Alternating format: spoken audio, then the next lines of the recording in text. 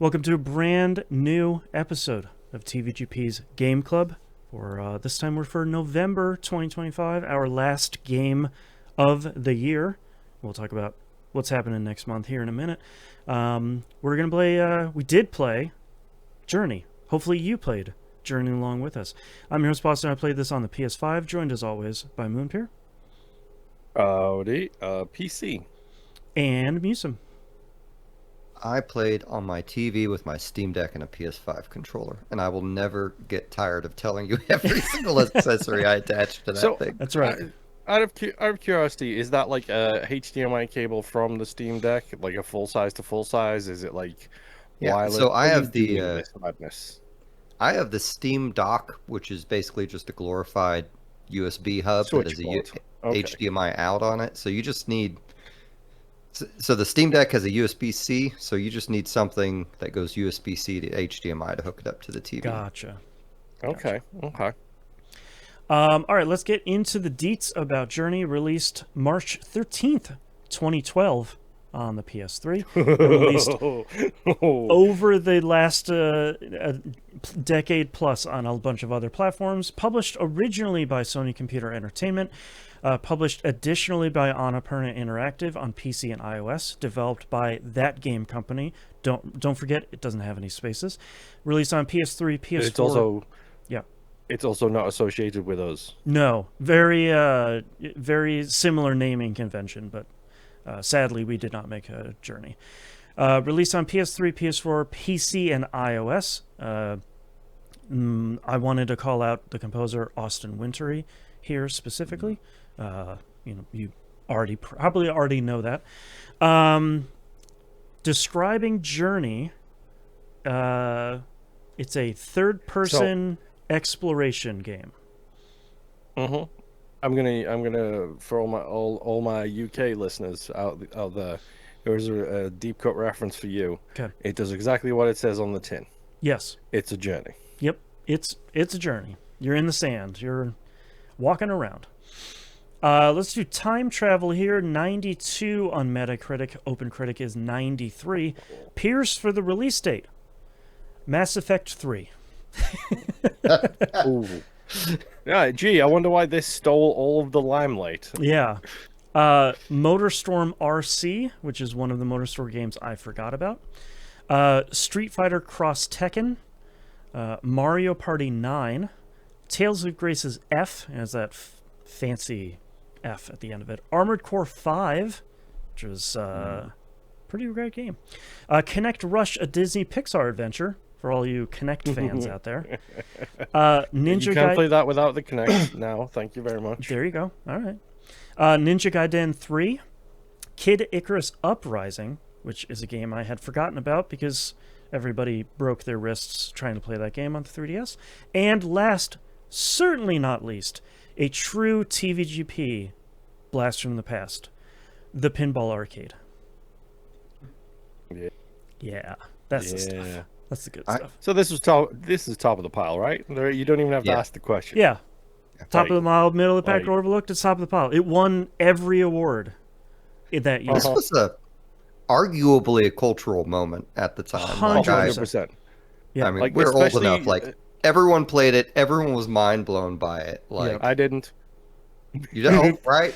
Right. That's right. We were deep in the console wars. I wasn't allowed to play Xbox. You weren't allowed to play PlayStation. That's right. Yep. Exactly. Yep. Before we dive into our continued feedback of the game, I do want to mention here the next game we're going to be playing for January, in case you want to dip out here for spoiler reasons. We are going to be checking out Blood Omen Legacy of Kain, since we have December and January to play this game. So we're going to check that out. That is available on the personal computer, most notably GOG. It's part of their GOG preservation program, as well as the original PlayStation. Looks like you could potentially play that with the PS1 Classics on your PS4 or PS5. I don't know how that works. I don't know how that version is.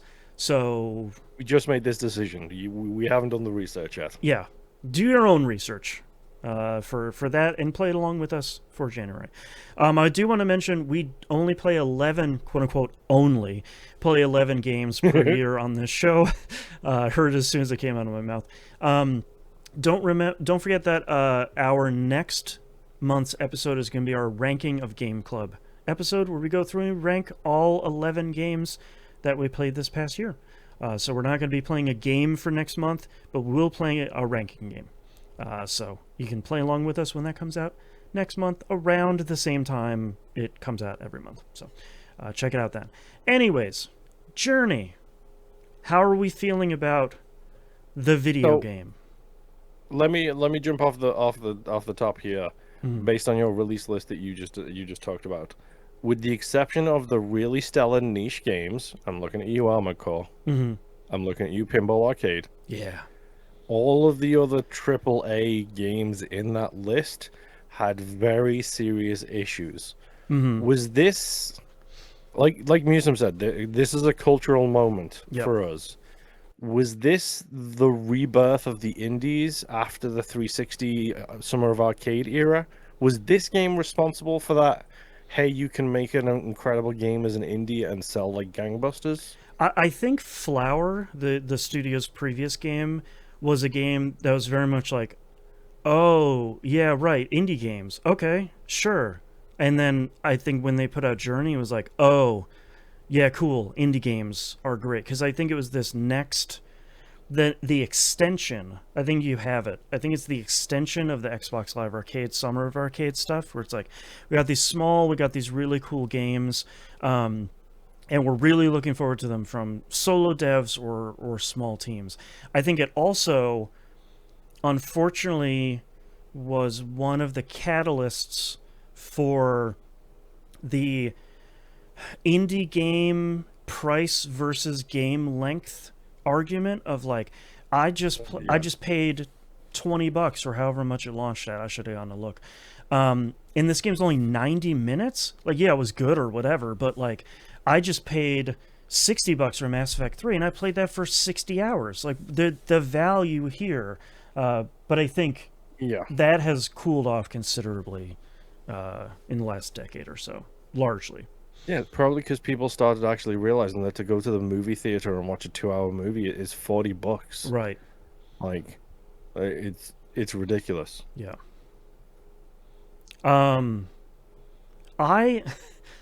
I still remember buying and playing this on the PS3, and I still remember being completely... It was PS3. Yeah, like, completely blown away by how this game looks, and having these kind of rose-colored glasses of like, the sand looks so good and the flying looks great and everything looks good. So I was really worried when I fired it up on PS5 of like, God, this is real.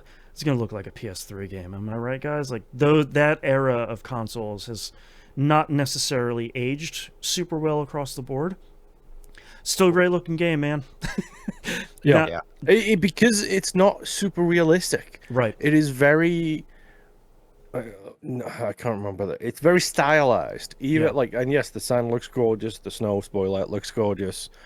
Everything else, but it's also a very stylized version of it, which is why I think it works so well. Yeah. Like, the pulsating effect, like on the terrain when certain things are happening, is just like, yeah, that's not realistic, but it's cool as hell. God, yeah. And just the really simple design of your character, I think, helps a ton, especially because the stark red color of their cloak stands out so much on every single surface that you're standing on. I think that helps a lot. I'll say as well, like the control scheme, a stick and 2 buttons. Yep. I'm not 100% sure, but I think this may also be one of those games that's very much raising awareness of ableism in gaming. Like, hey, this is super duper simple, and don't get to give Microsoft credit for a lot of things, but their accessibility controller is second to none still. True. Yep. And like, seeing this game be like, yeah, it's just a stick and 2 buttons, like, yeah, cool. That's really, really cool with really no fail states as well, to be completely honest. Right, like even in the sort of underwater stuff where you can get knocked out, it's pretty gentle about it. About like, hey, just get back on your feet. You're fine. You can keep going, which I greatly appreciate in games like this. Same. Yeah, this Well, game still holds up dramatically. Like I was when you chose it last month, I thought, man, there's no way this is gonna hold up. Like Right. we've been, and I've also been marketed to death about like, the darlings of critics, games like to such a point that like it's really made me pretty skeptical on any of that. But if you want a really good answer to that, do a movie podcast with Boston for about 4 years and see the difference that makes in your critic versus human reception. I'm looking at you just to speak. That's right. It's critics occupy like a weird space where they ingest so much, or at least I don't know how it is for video game critics now, but back then when there were so many of them in there and they were all playing this was so many games period. all the time, like any breath of fresh air I could see them gravitating towards. But this thing, I mean, they do the instructionless tutorial. Like perfectly. Yep. Like it's the most you get is they tell you to press a button, I think, for the first time. Right. But they never explain, you're going to recharge your buddy by hitting circle. Speaking of which, we need to talk about this because when we discussed it and chose this game, you posited the question: is anyone still playing this game? That was going to be my next question. Is something. That was something that we ran into at the time. I remember Patrick Klepek specifically talking about, and it must have been one of those few windows in the Bombcast before I developed a tolerance for him, where I was listening to him talk about it, and he talked about the sandslide sequence. Yeah. And how he had a buddy at the start of the game. They went through the whole thing, and then he lost him in the sandslide sequence, and he got so sad about it. So this game is one of those like really inventive multiplayer modes where it's like, it's random. You don't see a name. You can only communicate with one button using different tones. Figure it out. And it never lets you know that someone joined your game. Just all of a sudden, there's another one of you in the game that you're not controlling. And it's sort of like, that's another person. Oh, dang. Okay, I got a little buddy. So that was my question is, did you guys bump into anybody, and how long were they there with you? Go ahead. So, do you want to go first, Boston? I did not run into anybody this time, much to my chagrin, because the last time I played it a couple times on PS3. Not the last time. The first time I played on PS3, I found someone at the very beginning of the game, that first large open desert area, and the two of us went through the entire game together up until the point right before you get the like big flying powers on the mountain. You're going up the mountain and you're you're about to collapse. You're taking one step at a time. They fall on that mountain as we're climbing up. They fall down their face and they disappear. And I was so crushed that this other person had disappeared just as we were about to like get to the point where we had a level of freedom and we could have like a level of celebration, that like the end of the game was almost bittersweet. It wasn't like this celebration of like, we made it and we got to the journey, we got to the peak, we have these powers, we have this unlimited freedom to fly. It was always sort of like, yeah, but my buddy isn't here. And whenever you finish the game originally, I don't know how it is now, it would give you a list of players that you ran into. It would list out all of their names, and I just had that one name there at that time. I've played before where I've had like 6 or 7 players that maybe I never saw, but I still remember that moment fondly of just like, I lost my buddy on the mountain. Like storyline wise, at the best time to rip my heart out. But man, we almost made it to the top. You and I, anonymous stranger. Yeah, so I had 3 people drop in my game. Oh, Again, I'm on Steam. I meant to write down their names, but one of them stuck out in particular in that they were just named God. okay. Uh, Okay. That's a really good I don't bit. know how someone gets the Steam name for God. Yep. You know, that'd be funny if that was Gabe Newell's name or something. I don't know That's why right. he do. He mostly hates Sony anyway. Um, but yeah, I don't know where. Like one of them was in the early area where you're making the bridges, Right. and Yes. they were The already very, on. I think that's the very first area where you can run into somebody. I I think think that's so. the Yeah. official quote unquote end of the tutorial. Right. Well, and they were on the bridge, and I'm like, well, there's a shiny thing over here, so I'm not going to join you yet. And Mhm. they disappeared. I don't know when the second person came in, and I assume the third person was the one I had throughout the whole underground and snow place and end area. But I don't, you know, how can you tell? Yeah, right. Yeah. Right. So, how about you, Moon? So I had the optimal experience. I almost said the peak experience. I had the optimal experience here because when I finished the tutorial and I got into that first area with the bridges where you have to build like the bridges to go up.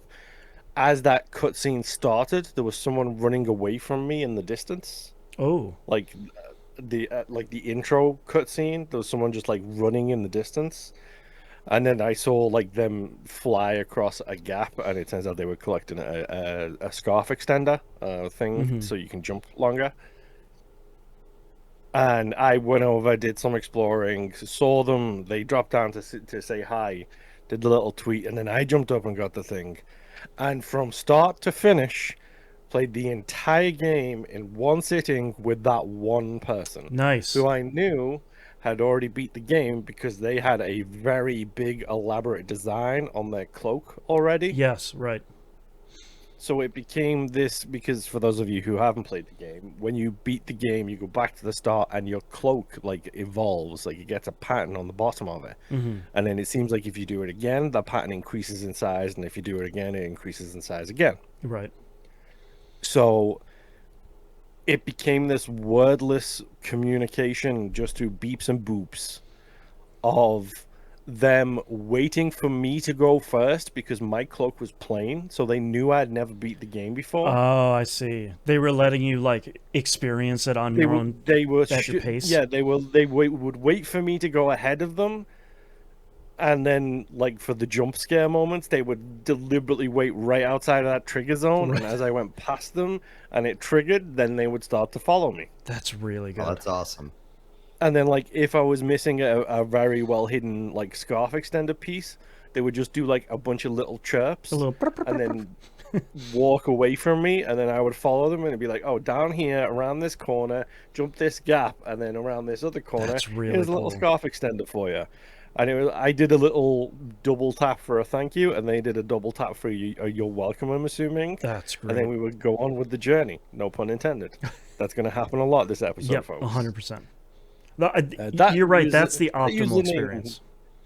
yes, they were sniffing stars, which I thought was a very appropriate name for this game. Also, I really love the idea of someone playing it often enough to recognize when someone is playing it for the first time, or maybe playing it for the second or third time and maybe wanted to get everything in the game or wanted to get the full experience. I love this idea of like fostering someone through the game but letting them Mhm. move at their own pace instead of being like, come on man, I can do this in 45 minutes, let's go. Like I know where to get everything. Yeah. Yeah. Like I was curious at first as to what was happening, and then probably about maybe a quarter of the way through, I realized that that's what it was. Right. Because like they would literally wait for me to go ahead of them at every like point before loading into the levels, the cutscenes. Every single time they would wait patiently for me to be there, and then do it. And like Yeah. I saw a collectible thing, and I went off to collect it, and then I panicked a little bit because I don't know if it was in the original version or if it's just in the new version. But whenever they speak, there's a white border on your screen showing you where they are now. Oh Oh, yeah, I interesting. did I don't see that. remember that. So like depending on where it's basically like the danger thing from like a Call of Duty or a Battlefield where like the edge goes There's a red or grenade whatever over where you're here. being shot from. Yeah. Yeah. It's like that, except it's just like a white aura on the edge of the screen That's in the fun. direction that they're in. And it gets bigger and smaller depending on how far away they are. And if they communicate with you, it increases in size. So you can hear them. That's cool. So it just became this wonderful little experience of like panicking because I couldn't see them and that aura had vanished. And then I would do the very, very big chirps, and then I would hear the very, very big chirp in response, and it would just flash the white aura on my screen to show me the direction that the chirp came from. That's cool. Dang.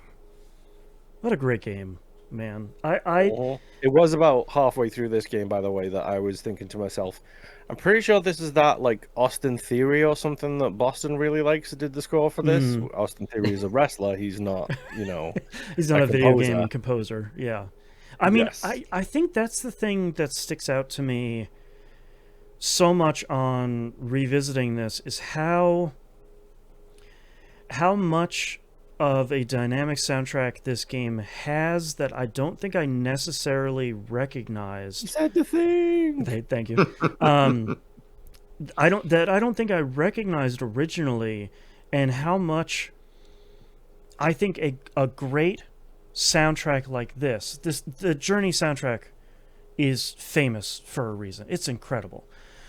But I think that perfect marrying between your actions and the visuals and an incredible soundtrack like this goes so far that like jumping off of something, jumping off of a high peak and then seeing your character from the side, half of the time in silhouette, just sail down and land as the music sort of fades out and fades into another one, like that never gets old. The what I think is the best part of this game, the sand surfing part, the way that they're twisting and changing like when you're going around that middle thing and you have that side view where you're just surfing. It's the famous shot where the sun is coming through the archways and the sand is all lit up and all of your little floating scarf buddies are there with you. Like all of that music changing and morphing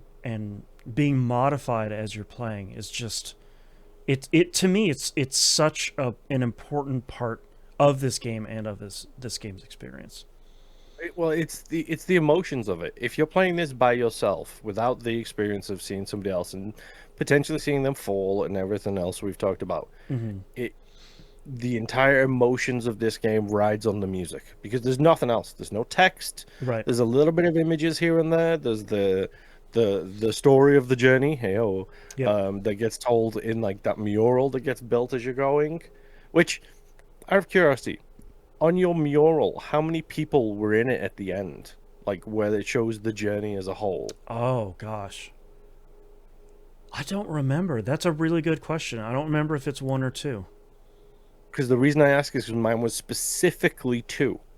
Interesting. And I was curious if it was one of those things where because I had somebody else the entire time, it gave me a 2-person mural rather than a 1-person mural because it wasn't just me who was doing it. I don't remember. I wish I'd streamed this game. I'd go look at the footage, but unfortunately I don't remember either. I tend to zone out whenever they did the murals. Like at first I was trying to pay attention with what they were telling, but I feel like the murals were mainly just to tell you what the upcoming area is going to be like. But I think they're. But yes, the soundtrack was so emotive. Like that was where I was coming from. It's like it was so important for the feel of the game.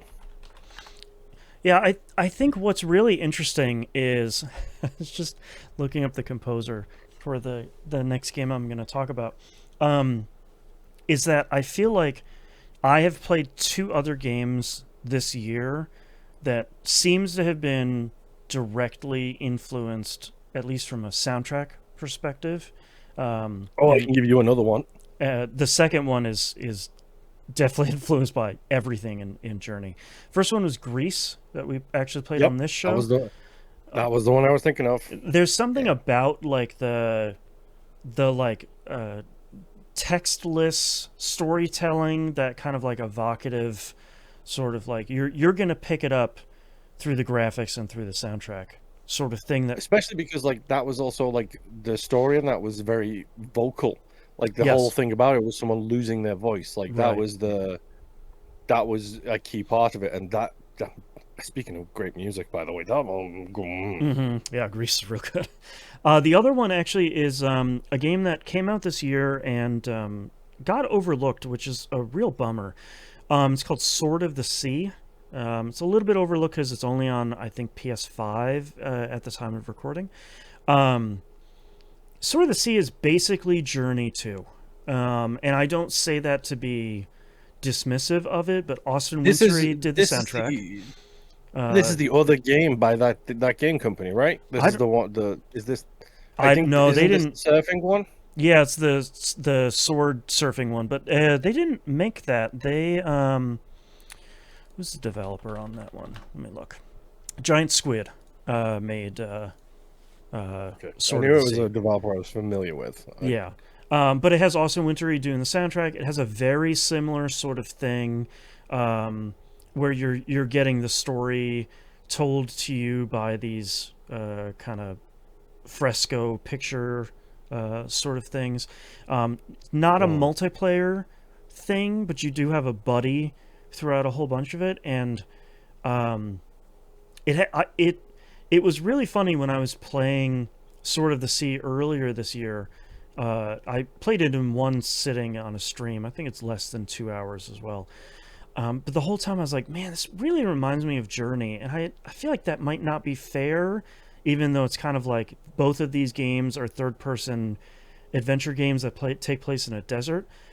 And then I played Journey again. I was like, yeah, Sword of the Sea is just more Journey. And like that's really cool because it's the only those two.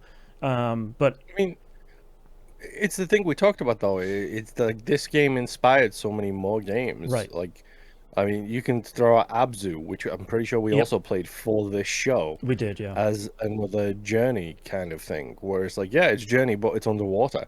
And again, fantastic music, great visuals.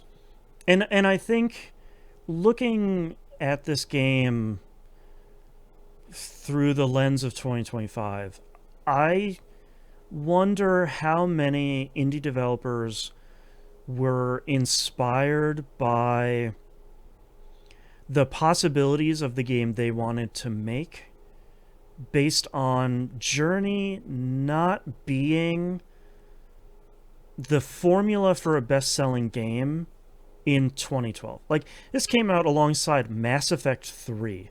If there could be any two games that were different at all, these games are the most different.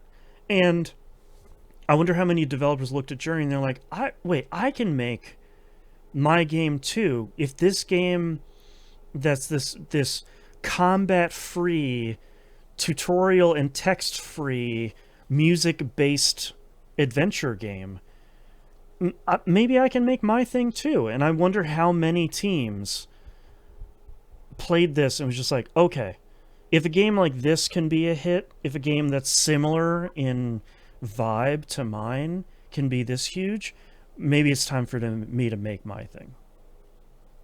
I mean, I go ahead, Musen. I was just gonna say you're 100% right there, especially thinking back to the era where Mass Effect 3 was the first game with multiplayer in it of the Mass Effect franchise, because back then the attitude was, okay, RPGs are dead, first person shooters are king, like why does anyone bother making anything else? And you have to have multiplayer is the future, yada yada. And there was even talk at the time of like the death of console in favor of touchscreen. Like, and don't forget that Mass Effect 3 had you hook up your game to the iOS and Android app for the Galaxy preparedness. Yeah. Like it couldn't have been more the polar opposite to this game. It was almost the era of second screen experiences as well. Right around the corner. Oh my god. I forgot about that, my heart. Gosh, man, it was 2011 was crazy. Mm-hmm. And I wonder how much of this game's reception at the time really was people looking at this and be like, okay, yeah, it doesn't have to be we're releasing Call of Duty this year and Battlefield in 6 months, and then here's another Call of Duty and here's another Battlefield. Yeah. Snore. Like it So you did have something different. I think we have talked to a developer who was probably likely inspired by this, based on the fact that it's scoped really well, it's made incredibly, it has a target, and it does what it needs to do, gets in and out really quickly. Sure. I'm pretty sure at the time, don't quote me on this, but I'm pretty sure at the time, Xavier Nelson Jr. was working for EA at Mass Effect 3. Oh, okay. Interesting. And 5 years later, he's releasing games of his own. Right. If anyone hasn't listened to our interview with him, he runs Strange Scaffold. There's a really interesting interview about it's on the TVGP feed.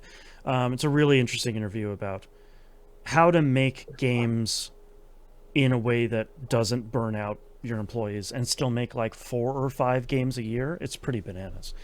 I think they're at 6 this year, maybe. Like it's ridiculous. It's a lot, man. Yeah, like God bless them, but that's a whole lot of games. So, let's go around the horn and let's do our kind of final thoughts here for Journey before we get on out of here. Why don't we start with you, Musum? Journey is. I was shocked at how well this game holds up. I don't know why I thought it wouldn't, but I really didn't think it was going to. And it deserved every bit of praise it got. Like, I was a huge fan of that game company back then. I played Flower, and I forget the weird amoeba game they had before that, but I played that too. So like, Journey was on my radar like early, and it did have some. I feel like Sony had some financial backing with it, but like, yeah, they did. It is a one of a kind experience, and I think the $10 to $15, whatever it costs now, I think is worth the price of entry if you haven't had it. And if you haven't played it in a long time, it's a great way to spend an hour and a half. Yeah. I thought it was longer than that too, and it wasn't. I did too, and yeah. I was, even going in, I was like, man, do I really want to play a multiplayer game? But the way they do multiplayer is perfect. It's so unique. Magical. Yeah. You don't feel judged for being an idiot, and you will see the other person do probably do stupid things. Moon obviously had a magical experience with that. It's just I'll be old person John. They don't make them like this anymore. That's right. Yeah, exactly. Before I move on to Moon here, that game company's first game was Flow. So it's Flow, Flower, Journey, and then Sky, Children of the Light. That's their 4 games. Never played Sky Children. Yeah. There's... that game... It's an MMO, right? That game struggled for quite a while to find its footing, I think. All right, Moon, what about you? This is the interesting... Not that you guys' opinions are not interesting. I'm the only one who's never played this before. Right. So I'm going into this, 13 years after it came out? Right. Knowing the critical acclaim it received. I think if I would have played it at the time, I would have been right there. I would have been like, yep, give it all of the awards. Game of the year, 10 out of 10. Exactly. Yep. The issue I have at this point is I'm on 13 years worth of evolution. 13 years worth of inspirations, 13 years worth of, everyone seeing this and making the most of it and launching countless new games. I mean, I don't think we get What Remains of Edith Finch without Journey. 100%. I don't think we get her story without Journey. Yep. And, What Remains of Edith Finch will always forever be, I will always mention it when I can, and it will always forever be in my, game of my lifetime list. If that's even a thing that you can do, is you want a game like this, go play Journey, go play Edith Finch. Right. I think it's fantastic, it's phenomenal. This is Journey, not Edith Finch. Go listen to the episode on that one. I think it's an incredible game. I think it looks fantastic. It's held up so well.